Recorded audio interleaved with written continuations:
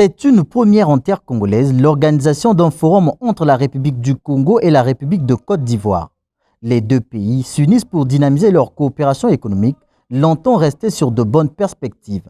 Ouvert ce 22 mars à Brazzaville, le Forum économique Côte d'Ivoire-Congo en est une illustration consistant à donner corps à cette ambition exprimée par les deux pays.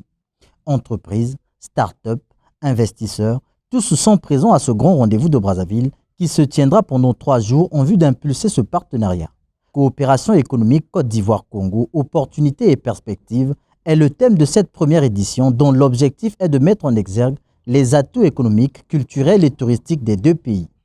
L'objectif de cet événement étant de présenter les opportunités d'affaires, des débouchés ainsi que de créer des partenariats. Les pouvoirs publics, les opérateurs économiques, les porteurs de projets et les participants à ce forum tireront certainement profit de cette rencontre.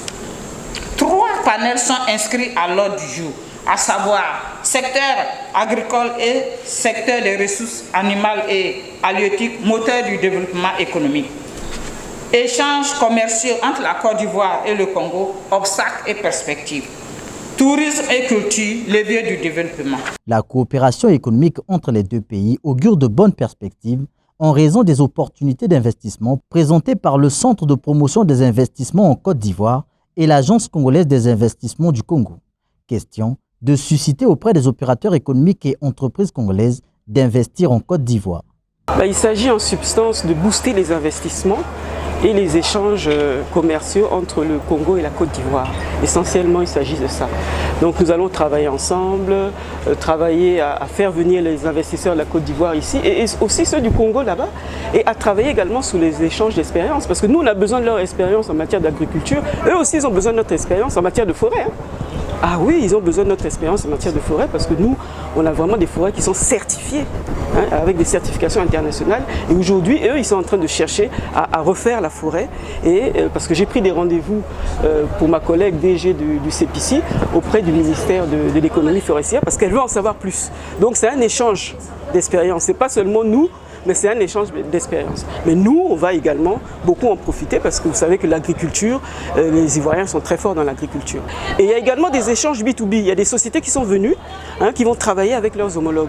Tout à l'heure, j'ai dit, je crois, dans ma présentation, que lorsque j'ai regardé les statistiques douanières d'importation, les produits que les Congolais importent de Côte d'Ivoire, il y a beaucoup de maquillage, beaucoup de cosmétiques, beaucoup de produits pour les cheveux.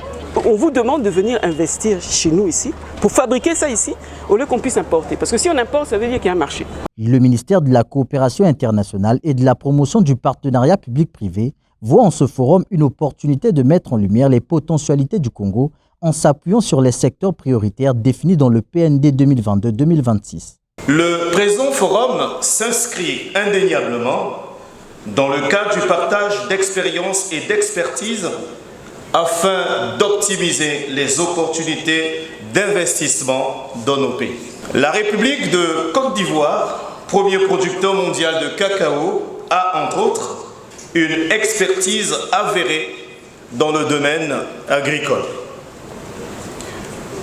Le gouvernement de la République du Congo nourrit de grandes ambitions dans le domaine agricole. C'est pour cette raison que l'agriculture au sens large est le premier pilier de notre plan national de développement 2022-2026. Au-delà de l'agriculture et des 5 piliers autres de notre plan national de développement, à savoir le développement industriel, le développement des zones économiques spéciales, le développement du tourisme, le développement de l'économie numérique et la promotion immobilière.